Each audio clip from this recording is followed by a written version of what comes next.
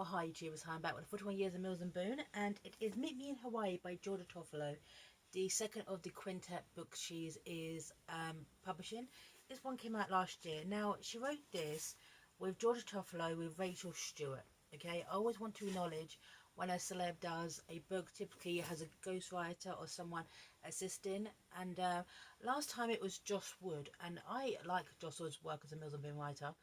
This is Rachael Stewart. So, let me read the blurb. Here you go. Love blossom under the Hawaiian sun. Malie doesn't believe in happy ever after tragedy caused her to flee her friends and family in Devon, trying a fresh start in Hawaii. Here, working at a surf school, she can give back to those in need and try to overcome the greatest loss in her life. Reading around foster homes throughout his childhood, Todd has worked hard to provide a brighter future for disadvantaged children. Now his own charitable foundation, working with a surf school in Hawaii, but he can't put his past behind him. When Malie rescues Todd from the sea, it sparks a sparky night between them, and the two wounded souls find a common ground. But amidst the surf, sunsets, and sizzling kisses, can Malie let go of her past with something she's locked away forever, her heart? Okay, so first of all, let me just start. And so basically, is Malie is in the sea, she's doing a thing, and she sees Todd, and he's drowning, and as she pulls him out, and catches a glimpse of his body. And it's that kind of, like, sparks on the beach, like, are you okay, are you okay? I think his pride's a bit wounded, but he kind of gets on with it. Then, literally the next day, her uncle has roped into becoming a, kind of being auctioned off, not her being auctioned off, but she's auctioned off lessons, okay, for people to, like, this big event to raise money for the charity that she works for. And so, this is the thing, this is the bit. Okay, right. Right. Right.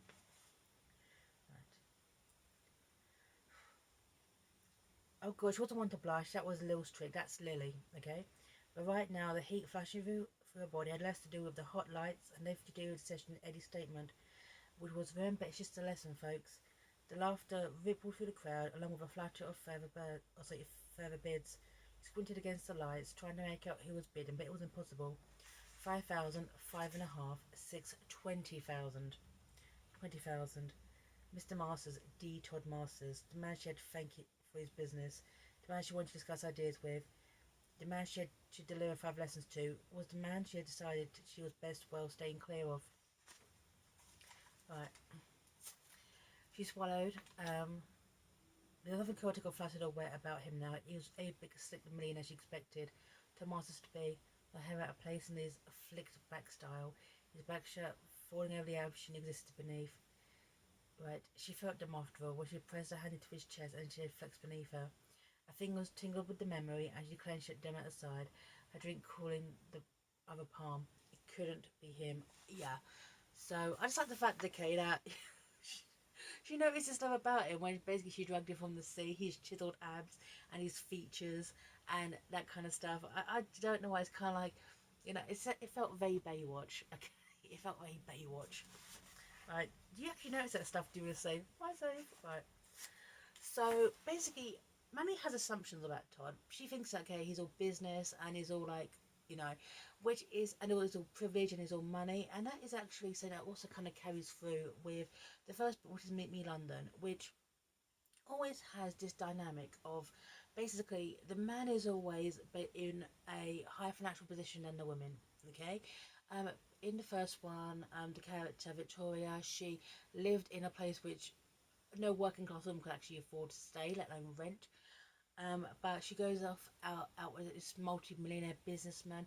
This is Todd's a multi-millionaire businessman. However, he's got a good heart, and he is a helps run his charity because of his own past. Because there are a lot of assumptions in this book. Okay, right. Okay, this is when, okay, it's page 50, when Todd bears his soul to Malie. Okay? Right. My mother died when I was born, he said eventually. There were complications, unexpected and sudden. They were lucky to save me. My father, well, you can imagine, he returned home with no wife and a baby to take care of. Even now I could feel the pang of guilt. The idea of his own birth took away his mother, his father's childhood sweetheart. He come to terms with it not so long ago. With it so long ago.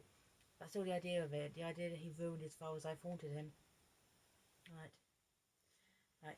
It was what it was. We lived in a poor suburbs of London, and with him struggling, he was drinking heavily. I got put into care.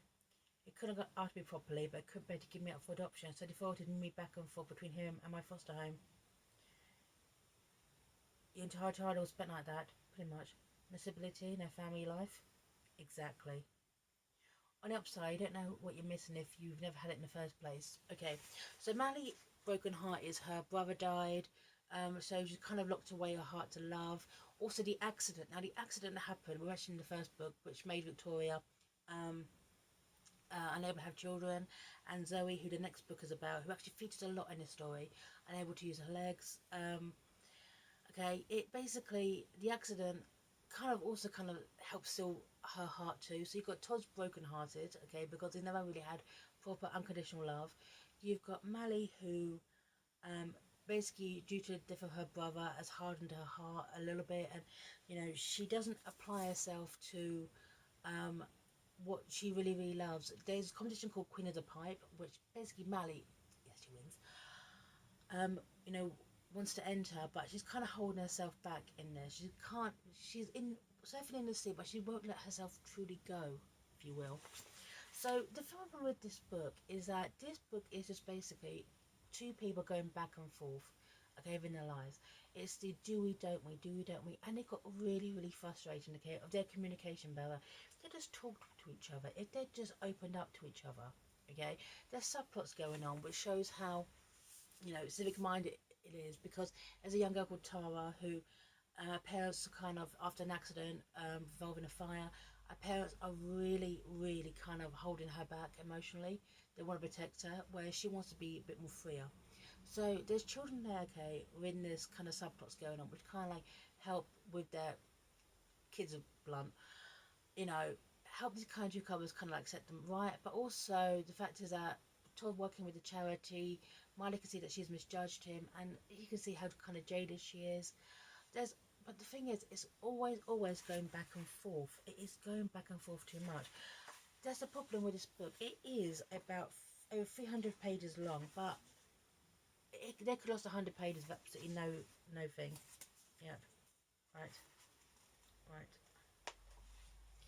And the fact is, okay, that Malie eventually starts to see right through him. Right. I understand every time to do it. She looked back at him briefly, her frown curious. Oh, yes, you're working your charity, but can you spend enough time with those kids for them to feel as comfortable around you as they do? I work at the centre when I'm in London. That's how I fill my spare time. I'm surprised you have any. He shrugged. I enjoy it. It's not like... He broke off, knowing what he was going to say and not feeling comfortable putting words to his feelings. It's not like... I don't have friends and family to spend my downtime with. No one? You have your father. I see him occasionally. That's all. Don't you get lonely? Right. Us is easy that way. And it is. Life is just easy that way. He's just hardening his heart. He starts to feel himself up a little bit more and get involved and kind of... But the fact is, okay, right, okay, is the fact, okay, that Maddie is so broken. She kind of sees herself as kind of like, why is he with me? Why is he with me? She's kind of insecure about that. The fact is, okay, his feelings become very genuine. But the fact is, okay, I'll just read this, okay? Right. Todd wasn't just the guy she wanted. He was the guy she wanted so much more from, and ever could have. They were practically or different stratospheres, not to mention the other reasons she never went down the relationship route. Never settled, never got comfortable. So that's what life will bite you on the backside, cripple you when you least expected it to. No, just no. It's much for a day's bravado of being able to let go. This is when, okay, they're having the lessons and they're bonding, okay? Right. But the fact is that Todd really starts to fall for her, okay? And he starts to basically say things that people say in a typical relationship, okay? And then, okay, they're bonding, they're having sex, they're basically really connecting. And then Todd drops this line, which is totally misconstrued by May. That's the thing. She overthinks everything. She overthinks everything in her life. Now, you think it's quite funny, okay, that a woman goes out on an ocean, okay, on a surfboard. People who do that, okay, they do it to feel free, okay? I've never done it, okay? There's not... I'm in West London, okay? There's not many, oceans around here. So, people who go out on a surfboard, okay, they do it to feel free. They do it, okay, to ride the wave and just feel that freedom. But she holds back because this bit here, okay, right, right. Let me take care of you, Malie. Please let me be there for you. Let me take care of you. Malie broke away, startled, her eyes wide, her mouth agape. Let me take care of you. Right. She stared up into his eyes, as black as the night, as a sympathy, pain, and worry, and the oh my God, he pitied her. He pitied her life and the pain she was in. It wasn't love. Wasn't close. Okay, right. You believed it because you wanted to believe it, because you love him more than you ever thought possible, and now you're paying the price. She got so wrapped up in it, in that moment, in the fantasy, that she missed all the signs. As she'd been so stupid, she knew Todd was a white knight. His vampiric nature, his inherent need to help those who needed it. Now he wanted to make her his charity case, confusing it with much more. No. Okay? The biggest thing, okay, that's how she sees it. She doesn't. Okay? Right. So she's basically mostly finding excuses to kind of hold back in this, okay? As long as let me take care of you, it means let me love you. But her, it's I'm going to be his charity case because it's feeling perfect nature. He sees me as a charity case when he doesn't. Mally's thing is she overthinks this a lot, okay? Now, writing style is very, very different from Meet Me in London. So, obviously, it's George Toffolo's story, okay, her quartet, but it's a different kind of writing style, okay. And the issue with this is that it's been so long, kind of going nowhere. These two people going back and forth, little subplots coming in. Now, also Zoe, I don't want to mention Zoe, but Zoe comes in. She is the focus of the next book, Meet Me in Tahiti. That the fact is that a good third of the book is about Zoe's story, and mentions her ex-boyfriend, well, not even her ex-boyfriend, okay, a kind of thing she had in her youth with a guy called Finn, and it just felt, that's why I wouldn't want to review any of Zoe's section in this, because it just felt like it was too much. If you take out the good Zoe sections, at times I was confused whose book this was, because the idea, okay, of Malie and Todd isn't that interesting, okay, it is not. And it's the whole kind of, okay, the privilege going through this book. Why is it that it's always a man with the privilege thing? Now, the thing is, I mentioned this first time, Jordan Toffolo has this opportunity, and she actually does in her next book, which I'm actually reading right now, is how to shake things up is that she actually has a Mills and Boone heroine, a lead, who happens to be disabled. Fantastic, that's different. But the fact is that she's going to visit this hotel, okay, where this guy Finn is actually running. Okay, we actually started reading the book. Okay, he actually owns the hotel. But the thing, once again, the pay scale between the two. Okay, so I applaud some diversity in a Mills and Boone novel, most definitely. However, I don't applaud is the whole kind of it's always the same thing over and over again. Okay, so um also, okay, you're gonna love this. I've actually met George Toffolo. Okay, I'm gonna throw this in. I went to this event in Chelsea. The we basically make a flower crown, and she was there, and I was like, oh Christ, shit! I don't think she's ever read this book. Anyway, okay, she actually owns homes, okay, in Chelsea, and I am writing this, doing this on an old phone, on a broken bed with a broken laptop just there. So hey, so I'm absolute nobody. So maybe in Hawaii wasn't any good. I like the writing style, I like the lyrical prose, but it just felt like going on too long. And the whole kind of, essentially, she is so torn within this that Zoe has to come in, take up a third of the book, and basically just kind of say to Malie, just get your head on, girl. I was confused in the end, okay, about whose book this was. Was it Malie's or was it Zoe's? And now Zoe's the focus of the next book. So, hey. Meet Me in Hawaii by Georgia Toffolo. It was interesting. But I just feel like I like the fact, okay, that the cadres actually need to work on it. I like the fact there is some more diversity coming in the Mills and Boone.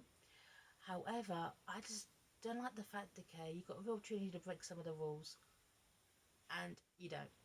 So, hey, meet me in Hawaii by George Toffolo. Sign off here. 40 years of Mills and Boone. Bye now.